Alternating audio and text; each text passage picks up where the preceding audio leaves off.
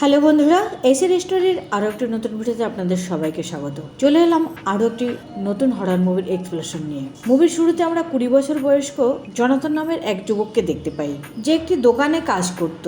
Jonathan দোকানে কাজ করছিল, এরকম সময় হঠাৎ করে একজন লোক তার কাছে আসে এবং জনাথনের দিকে খুব আশ্চর্যজনকভাবে তাকিয়েছিল।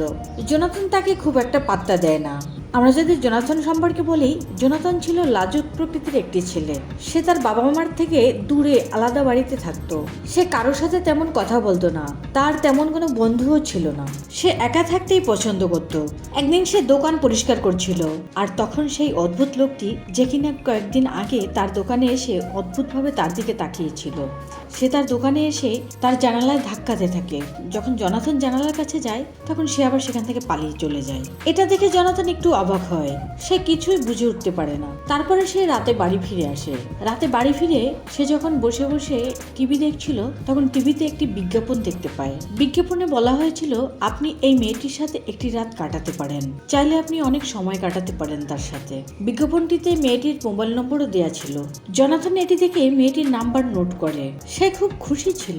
জনাথন মনে করে তার মতো মানুষের জন্যই এই বিজ্ঞাপনটি দেওয়া হয়েছে। তারপর সে স্ক্রিনে দেওয়া নাম্বারে দ্রুত কল করে। ফোনের অন্য পাশ থেকে একটি মেয়ে সেই ফোনটি রিসিভ করে এবং বলে যে তার নাম দিনা, এবং সে জনাথনকে পরের দিন রাতে তার সাথে দেখা করতে বলে। পরের দিন জনাথন যখন তার কাজে যায়, তখন সে খুব খুশি ছিল। অফিসের কাজ শেষ করে জনাথন মেয়েটির সাথে দেখা করতে যায়। মেয়েটি যে ঠিকানা দিয়েছিল, জনাথন গাড়ি নিয়ে সেই ঠিকানায় চলে যায়। সেখান থেকে মেয়েটিকে গাড়িতে নিয়ে সে একটি রেস্টুরেন্টে চলে যায়। তারা রেস্টুরেন্টে খাবার খাওয়ার সময় জনাথনের সামনে দিনা খুব লজ্জা পাচ্ছিল। তারা রেস্টুরেন্ট থেকে খাবার দাবার শেষ করে দিনাকে নিয়ে তার বাড়িতে ফিরে আসে। সে বাড়িতে এসে ছোপায় বসে বসে দিনার একটি ছবি আঁকতে শুরু করে। তখন দিনা এসে জনাথনের সামনে দাঁড়িয়ে থাকে এবং জনাথনের দিকে তাকিয়ে থাকে।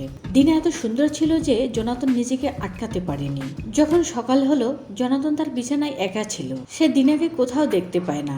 বিষয়টাতে জনাথন খুব অবাক হয়ে যায়। সে দ্রুত তার দোকানে চলে যায়। দোকানে গিয়ে তার মালিককে সবকিছু বলে। তার মালিক তার ভালো বন্ধুও ছিল। সে জনাথনের মুখে সবকিছু শুনে হাসতে থাকে। তখন জনাথন তাকে বলে, গত রাত থেকে আমার শরীর খুব ভয়ঙ্করভাবে জ্বলছে। আমার কি হয়েছে আমি বুঝতে পারছি না। তার মালিক তখন বলে, তুমি আমার কথা শোনো, দ্রুত তুমি একজন ডাক্তারের শরণাপন্ন হও। আমার মনে হয় তোমার ডাক্তার দেখানো উচিত। আমার মনে হচ্ছে এই সংক্রমণ ধীরে ধীরে তোমার সমস্ত শরীরে ছড়িয়ে পড়তে পারে। জনাথন তারপরে একজন ডাক্তারের কাছে আসে। ডাক্তার তার শরীরে অনেক রকম পরীক্ষা নিরীক্ষা করে। ডাক্তার জনাথনকে বলে এই রোগ তার শরীরে কিভাবে আসছে। জনাথনের রিপোর্টগুলো পেতে আরো 2 দিন সময় লাগবে। ডাক্তার তখন জনাথনকে একটি ক্রিম দিয়ে বলে, এই ক্রিমটি বেশি করে লাগাবেন যাতে আপনি অনেকটা ভালো অনুভব করবেন। জনাথন ডাক্তারের কাছ থেকে ফিরে এসে আবার দিনাকে কল করে, কিন্তু সে দিনার নাম্বার বন্ধ পাচ্ছিল। তখন জনাথন গাড়ি নিয়ে সেই বাড়িতে যায়। আগের দিন যে বাড়ির সামনে থেকে দিনাকে সে গাড়িতে তুলে নিয়েছিল, সেখানে গিয়ে জনাথন জানতে পারে এই বাড়িটি দিনার নয়, কারণ সেখানে অন্য কেউ ছিল। জনাথন বলে, এটা কিভাবে হতে পারে? আমি কাল রাতে দিনাকে এখান থেকে নিয়ে গেছিলাম। জনাথন তখনও সেই লোকটিকে বিশ্বাস করতে পারে না। জনাথন তখন নিজেই ঘরের ভেতরে প্রবেশ করে। সে বিভিন্ন রুমে গিয়ে দিনাকে খুঁজতে থাকে। সে একটা রুমে গিয়ে দেখে কিছু অদ্ভুত লোক সেই বাড়িতে বসে আছে, যারা জনাথনের দিকে অদ্ভুত রকম দৃষ্টিতে একভাবে তাকিয়েছিল। এটা দেখে জনাথন ঘাবড়ে যায়। সে ভয় পেয়ে ওখান থেকে তার নিজের বাড়িতে ফিরে আসে। তারপরে সে আবার দিনাকে ফোন করতে শুরু করে। একসময় একজন লোক দিনার সেই নাম্বারে কল করলে ফোন রিসিভ করে। ওপাশ থেকে লোকটি বলে, এটি দিনার নাম্বার নয়, আর এখানে তুমি ফোন করো না। এরপরে জনাথন হতাশ হয়ে সিদ্ধান্ত নেয় দিনাকে সে আবার সেই হোটেলে খুঁজতে যাবে, যেখানে তারা গতকাল রাতে একসাথে খাবার খেয়েছিল। রেস্টুরেন্টে গিয়ে জনাথন লক্ষ্য করে রেস্টুরেন্টে একটি মেয়ে বসে আছে। মেয়েটি অনেকক্ষণ ধরে জনাথনের দিকে খুব অদ্ভুতভাবে তাকিয়ে রয়েছে। হঠাৎ করেই জনাথনের মোবাইলে তার মালিকের কাছ থেকে একটি ফোন আসে এবং ফোনটা রিসিভ করতেই ওপাশ থেকে বলে, তুমি সমস্যায় পড়তে যাচ্ছ, তাই দ্রুত আমার বাড়িতে চলে আসো। জনাথন কিছু না ভেবেই তার বাড়িতে চলে যায়। জনাথন মালিকের বাড়ি গিয়ে দেখে বাড়িটি থমথমে নীরব এবং সমস্ত লাইট বন্ধ রয়েছে এবং ঘরটি অন্ধকার রয়েছে। জনাথন সেখানে গিয়ে তার মালিককে ডাকতে শুরু করে। কিছুক্ষণ ডাকাডাকির পরে জনাথন একটি রুম থেকে মালিকের একটি শব্দ শুনতে পায়, যেখানে সে বলে, জনাথন ভিতরে আসো। জনাথন তখন সেই অন্ধকার ঘরের মধ্যে প্রবেশ করলে কেউ হঠাৎ করে তাকে আক্রমণ করে। জনাথনও তখন তাকে আক্রমণ শুরু করে। হঠাৎ করেই সেখানে পুলিশ চলে আসে। পুলিশ জনাথনকে অ্যারেস্ট করে এবং তাদের সাথে নিয়ে চলে যায়। তাকে এই অপরাধে অ্যারেস্ট করে যে সে তার মালিকের ঘরে ঢুকে তাকে হত্যা করার চেষ্টা করছিল। কিছুক্ষণ পরে সেই ডাক্তারও সেই থানায় আসে, যিনি জনাথনের পরীক্ষা করেছিল। তিনি বলেন, আমরা তোমার রিপোর্ট থেকে কিছুই জানতে পারিনি, এবং সেই সাথে সাথে ডাক্তার জনাথনের মালিকের একটি ছবিও দেখায়, যা দেখে জনাথন বলে, আমি কিছু করিনি। এরপরে থানায় জনাথনের বাবা এবং সেই মালিককে ডাকা হয়। তার মালিক এসে পুলিশের কাছে জবানবন্দি দেয় যে জনাথন তার ঘরে ঢোকে এবং সে যখন জনাথনকে তার রুমে ডাকে তখন তার রুমে ঢুকে জনাথন তাকে আক্রমণ করে। জনাথন তখনও বলে যে এটি আমি করিনি, সে নিজেই আমাকে ফোন করে তার বাড়িতে ডেকেছিল। এটা শুনে তার মালিক বলে, না, জনাথন মিথ্যা বলছে, আমি ওকে ফোন করে আমার বাড়িতে ডাকিনি। এসব শুনে জনাথনের মা বাবা মনে করে যে জনাথন একা একা থাকার কারণে সে মানসিকভাবে অসুস্থ হয়ে পড়েছে, এখন তাকে ভালো ডাক্তার দেখানো দরকার। হঠাৎ করে জনাথন তার শরীরে কিছু অদ্ভুত রকমের অনুভব করে। তার হঠাৎ করে মনে হয় যে কেউ তার উপরে নজর রাখছে, এবং তখনই সে অনুভব করে তার হাতে প্রচুর চুলকানি হয়েছে। তার শরীরে যে সংক্রমণটি ছিল সেটি তার শরীরের সর্বত্র ছড়িয়ে পড়ছে। পরের দিন সকালে সেখান থেকে জনাথনের বাবা মা তাদের সাথে তাদের বাড়িতে নিয়ে যায়, তাদের সাথে নিয়ে গিয়ে যাতে জনাথনের যত্ন নিতে পারে। কিন্তু জনাথন তাদের সাথে থাকতে রাজি হয়নি, সে তার নিজের অ্যাপার্টমেন্টে ফিরে যেতে চাইছিল। জনাথনের বাবা মা তাকে আজ রাত তাদের সাথে থাকতে বলে। রাতে যখন জনাথন ঘুমাচ্ছিল তখন সে হঠাৎ স্বপ্ন দেখে সে ডুবে যাচ্ছে। আতঙ্কে চোখ খুললেই সে তার ঘরে একটি ছায়া দেখতে পায় এবং দেখে সেই ছায়াটি শীষ। এটি দেখে জনাথন বলে, ওখানে কে, ওখানে কে? এবং এই শব্দ শুনে জনাথনের বাবা মা জেগে ওঠে। তখন জনাথনের মা বাবা এসে জনাথনকে ওষুধ খেয়ে ঘুমাতে বলে, কিন্তু জনাথন সেই ওষুধ খেতে চায়নি। সে সবাইকে বোঝানোর চেষ্টা করছিল সে পাগল নয়, সে সুস্থ। আর ঠিক তখনই সে তার বাবাকে ঘুষি মেরে সেখান থেকে জানালা দিয়ে পালিয়ে বেরিয়ে আসে। কিছু দূরে গিয়ে জনাথন একটি সাইকেল চুরি করে সে সাইকেল নিয়ে একটি স্টেশনে পৌঁছায়। স্টেশনে গিয়ে সে একটি মেয়ের পোস্টার দেখতে পায়, যে ছবিটি সেই একই মেয়ের ছিল, যে মেয়েটি হোটেলে তার দিকে খুব অদ্ভুতভাবে তাকিয়েছিল, এবং পোস্টারে লেখা ছিল যে তিনি ভূত আত্মা সম্পর্কে জানেন। তখন জনাথন সেই পোস্টারটি সংগ্রহ করে এবং সেই পোস্টারে দেওয়ার ঠিকানায় সে চলে যায়। জনাথন পোস্টারে দেওয়ার ঠিকানা মতো সে একটি হোটেলে পৌঁছায়। সেখানে রিসেপশনে একজন ভদ্র মহিলা বসা ছিল। জনাথন তাকে পোস্টারটি দেখায় এবং ওই মেয়েটি সম্পর্কে জিজ্ঞাসা করে। তখন সেই মহিলা জনাথনকে কালো জাদু বিষয়ে কিছু জিনিস দেয় এবং তাকে মেয়েটির ঠিকানা বলে, এবং জনাথনকে বলে, তোমার সাথে যা ঘটেছে তা শুধুমাত্র ওই মেয়েটি তোমাকে বলতে পারবে, তোমাকে ওই মেয়েটির সাথে দেখা করতে হবে। জনাথনও দ্রুত সেই ঠিকানায় পৌঁছে যায়। সেখানে গিয়ে সে ওয়েটিং রুমে বসে একটি বই পড়ছিল, যেটি ওই রিসেপশনের মহিলা তাকে দিয়েছিল। এখানে আমরা বুঝতে পারি জনাথনের কালো জাদুতে আক্রান্ত করা হয়েছে। এমন সময় হোটেলের সেই মেয়েটি সেখানে আসে এবং জনাথনকে বলে, তুমি কালো জাদুতে আক্রান্ত হয়েছ।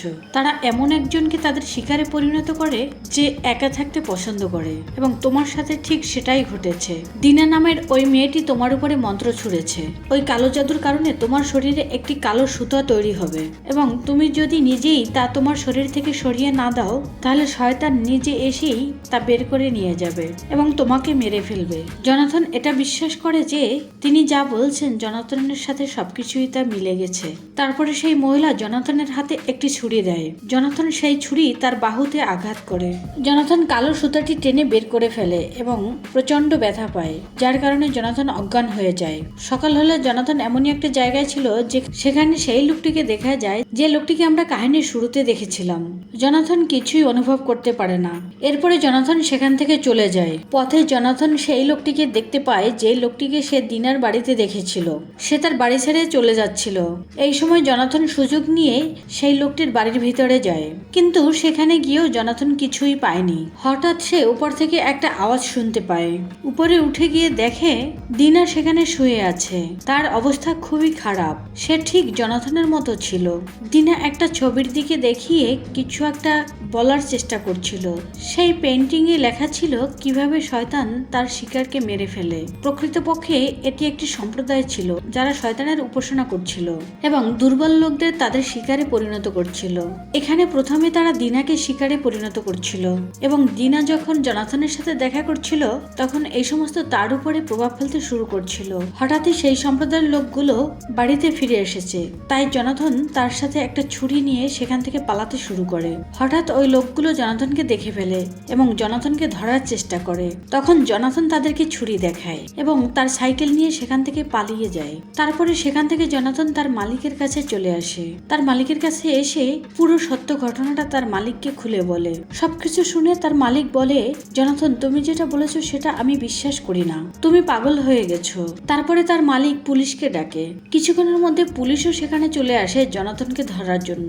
জনাথন সবাইকে বোঝানোর চেষ্টা করে, কিন্তু সেখানের কেউই জনাথনকে বিশ্বাস করছিল না। পুলিশ অ্যারেস্ট করে জনাথনকে সাথে নিয়ে চলে যায়। কিছুদিন পরে জনাথনকে একটি মানসিক আশ্রয় কেন্দ্রে স্থানান্তরিত করা হয়, কারণ সবাই মনে করছিল জনাথনের মানসিক অবস্থা খারাপ হয়ে গেছে। দিনে দিনে জনাথনের অবস্থা খারাপ হতে থাকে। জনাথন পুরো হাসপাতালে একটি কালো স্টোন চেন দেখতে পায়। তারপরে জনাথন একটি কক্ষে যায়, যেখানে কালো টুপি পরা একজন ব্যক্তিকে দেখতে পায়। সে জনাথনকে বলে, আপনি আমাদের শয়তানের কাছে যেতে চলেছেন। এটা শুনে জনাথন জোরে চিৎকার শুরু করে। হাসপাতালের একজন লোক তার কাছে এলে তাকে ওই লোকটির কথা বলে, এবং তিনি সেখানে কাউকে দেখতে পান না। জনাথন একা একাই শুধু শুধু চিৎকার করছিল। সে জনাথনের কথা বিশ্বাস করে না এবং জনাথনকে বলে, তুমি গিয়ে বিশ্রাম নাও।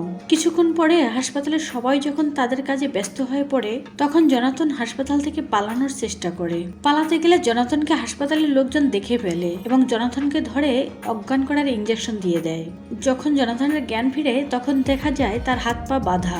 তারপরে জনাথন দেখতে পায় একটি শয়তান তার কাছে আসছে, যেটা দেখতে খুব ভয়ঙ্কর ছিল। সেই শয়তানটা জনাথনের কাছে এসে জনাথনের শরীর থেকে কালো স্ট্রিং টানতে শুরু করে। জনাথন প্রচন্ড রকম ব্যথা পাচ্ছিল, আর সেই যন্ত্রণায় জনাথনের মৃত্যু হয়। সকালে নার্স যখন জনাথনের ঘরে যায়, তখন জনাথনকে সেখানে মৃত্যু অবস্থায় দেখে নার্স ভয় পেয়ে যায়। সে অন্য লোকদের ডাকতে শুরু করে। সেখানে দেখা যায় জনাথনের হাতে একটি ছুরি রয়েছে, যা মেয়েটি জনাথনকে দিয়েছিল, এবং ওই মেয়েটি শয়তান সম্পর্কে জনাথনকে সত্যি কথা বলেছিল এবং ওই শয়তানি সম্প্রদায়ের লোকদের কথা বলেছিল। তারপরে আমরা এই গল্পে আরেকটি মেয়েকে দেখতে পাই, যে রাস্তায় দাঁড়িয়ে লিফট চাইছিল। তারপরে আমরা গাড়িতে সেই লোকদেরকে দেখি যারা কালো জাদুর লোক ছিল, যারা দিনের বাড়িও দখল করেছিল। ওই লোকগুলো ওখান থেকে সেই মেয়েটিকে নিয়ে চলে যায়। মানে ওই সব লোকদের পরবর্তী টার্গেট এই মেয়েটা। আর এই দৃশ্যের সাথে সাথে মুভিটি এখানেই শেষ হয়ে যায়।